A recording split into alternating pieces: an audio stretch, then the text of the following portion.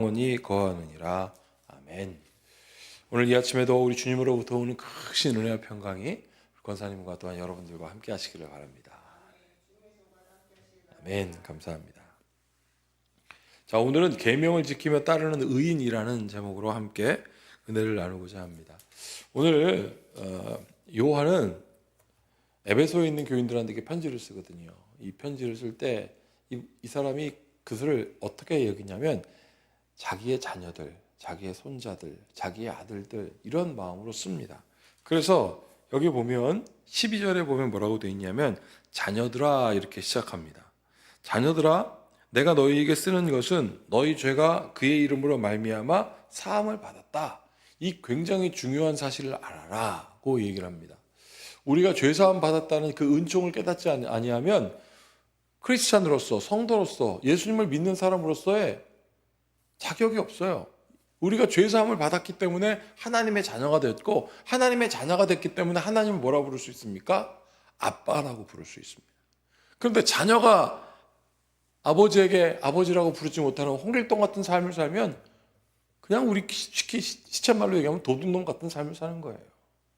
자, 그래서 13절 보면 아비들아 이렇게 되어 있습니다. 아비들아 내가 너희에게 쓰는 것은 내가 태초부터 계신 일을 알았으며 그 다음에 또 뭐라고 합니까? 청년들아 내가 너희에게 쓰는 것은 너희가 악한 자를 이겼음이라 이렇게 되어 있고 그 다음에 14절은 뭐라고 되어 있냐면 아기들아 이렇게 되어 있습니다. 아이들아 이렇게 되어 있습니다. 자, 그러면 지금 요한은 뭐라고 얘기하고 있냐면 자녀들아 통칭 얘기하고 있으면서 너희가 하나님의 뜻 가운데 거하라. 아비들아 얘기하고 청년들아 얘기하고 아이들아 라고 이렇게 얘기하고 있습니다. 그러면 이 세례 요한이 성도들에게 어떤 마음이 있다는 것입니까? 이 단어로서도 우리가 알 수 있는 것은 가족이라는 거예요. 가족. 세례 요한은 너희를 하나님께서 자녀 삼으셨고 그리고 예수 그리스도께서 우리에게 죄 사함을 다 주셨기 때문에 우리가 그리스도 안에서 자녀다. 그리고 한 가족이다. 당시 요한은 나이가 90세가 넘었습니다. 그리고 요한의 소원이 있다고 했습니다. 그 소원이 뭐냐면 하나님 나 좀 빨리 데려가 주세요. 내 친구들 나와 함께 사역했던 모든 사람들 다 죽고 이 사람에게 외로움이 막 올 수 있었거든요. 그래서 그는 하나님께 기도했습니다. 하나님 나 좀 빨리 데려가 주세요. 그런데 그가 오늘 뭐라고 얘기하고 있습니까?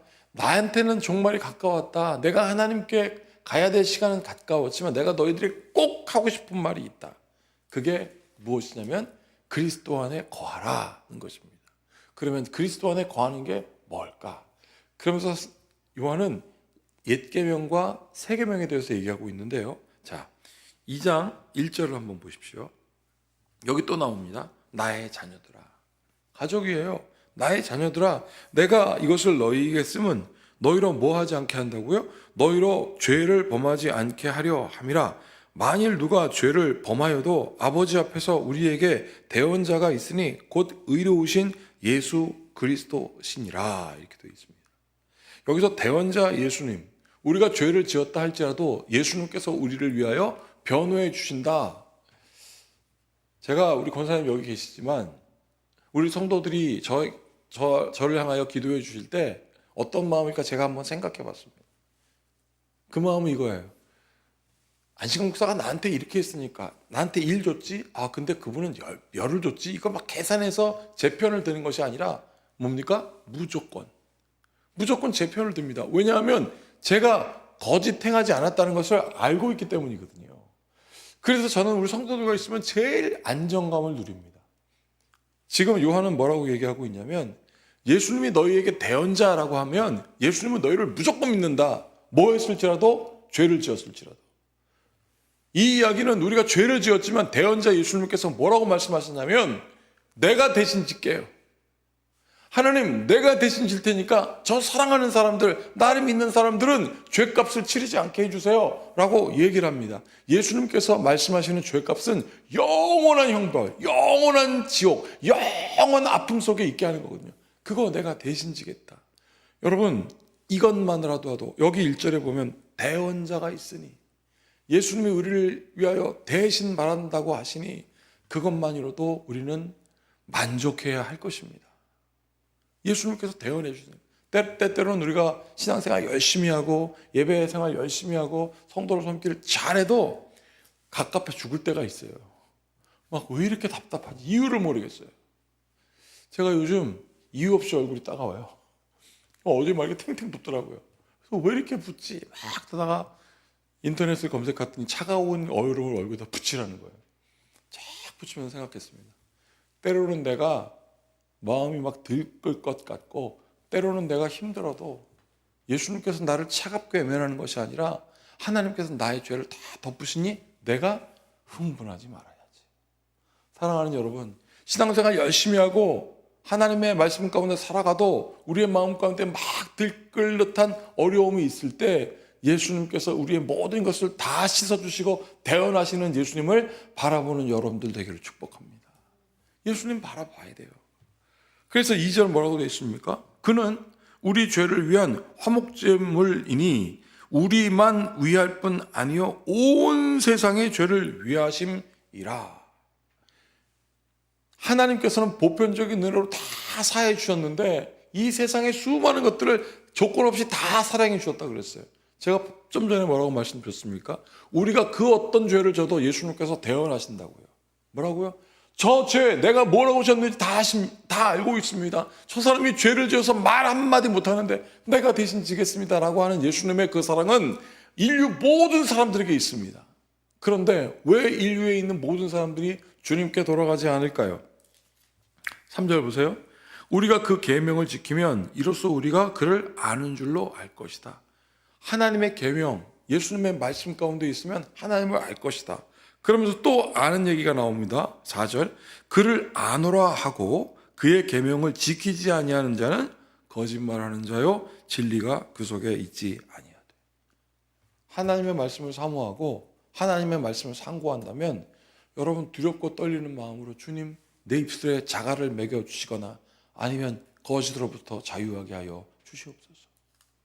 여러분 이 하나님의 말씀은 살아 운동력이고 좌우에 어떤 날선 건 것보다 예리한 이유가 무엇이겠습니까? 거짓하지 말라는 거거든요. 거짓하지 말라는데 자꾸 성경을 도용해서 거짓하는 사람들이 너무너무 많습니다. 그래서 생긴 게 이단이고요. 그래서 생긴 것이 가슴 아프지만 기독교 사기꾼인들, 예수님 팔아먹는 사람들 다 잘못했다고 해놓고 예수님이 시켰다는 거예요. 그러면서 5절 보세요. 누구든지 그의 말씀을 지키는 자는 하나님의 사랑이 뭐라고 되어 있습니까? 참으로 그 속에 온전하게 되었나니 이로써 우리가 그의 안에 있는 줄을 아노라. 6절 같이 읽어보겠습니다. 그의 안에 산다고 하는 자는 그가 행하시는 대로 자기도 행할지니라. 아멘. 그의 안에 산다고 하는 자, 여러분들을 통하여 하나님의 일이 나타나기를 축복합니다. 오늘 요한은 얘기하고 있습니다. 내 자녀들아, 아비들아, 청년들아, 아이들아, 그리스도 안에 있어라. 말씀 가운데 있어라. 에베소에 있는, 제가 이 요한 1서를 말씀드리면서 나누었지만 에베소에서 있는 영지주의나 여러 가지 혼탁한 것에 빠지지 말고 그냥 말씀 가운데 거라. 그 말씀은 무엇이냐면 하나님이 나를 사랑한다라는 것을 직접 경험하고 체험하는 믿음이었어요. 권사님을 사랑하시고요. 우리 여러분들을 사랑하시는 하나님의 구체적인 체험이 여러분들에게 구체적으로 나타나기를 축복합니다. 그러려면 어떻게 하냐면 구해야죠. 말씀을 구하고 그 말씀을 말해야죠. 그냥 어물어물거리고 우물우물거리면 안 되고요. 하나님이 당신을 사랑하십니다. 말씀 가운데 있습니다. 그래서 내가 당신을 위하여 기도합니다 라고 하면 성령이 역사하십니다. 듣게 하시고요. 보게 하시고요. 말하게 하시고 만지게 하십니다. 이 만지게 하시는 것이 바로 하나님께서 경험하게 하시는 행동입니다. 그래서 7절에 뭐라고 되어 있냐면 사랑하는 자들아 내가 새 계명을 너희에게 쓰는 것이 아니다. 이건 예전부터 있었던 거 아니야? 그러면서 이렇게 얘기합니다. 내가 처음부터 가진 옛 계명이니 옛 계명은 너희가 들은 바 말씀이거냐. 이미 다 들었어. 그런데 보세요. 8절 같이 읽어보겠습니다. 다시 내가 너희에게 새 명을 쓰노니 그에게와 너희에게도 참된 것이라. 이는 어둠이 지나가고 참빛이 벌써 비침이니라.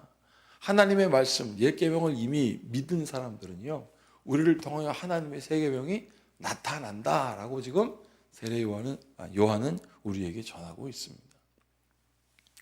어제 이제 병원에 갔다 왔어요. 병원에 가서 이제 드디어 17번째 돌을 깨고 왔습니다. 17번째 돌을 깨고 집에 오는데 이렇게 생각이 드는 거예요. 하나님, 왜 이렇게 살이가 많아요? 그런데 또 그런 생각이 들더라고요. 하나님, 내가 그 의사 앞에 얼마나 겸손해지는 몰라요. 그런데요, 제가 많은 병원을 다녀봤지만 그 병원 의사가 저를 알아요. 저희 이력을 쫙 알더라고요. 오래간만에 오셨네요. 7년 만에 오셨네요. 왜 이렇게 늦게 오셨어요? 그렇게 막 묻는데 처음에는 미안하고 창피하다가 나중에는 저 사람이 나를 잘 아니까 이렇게 되더라고요. 다 맡깁니다.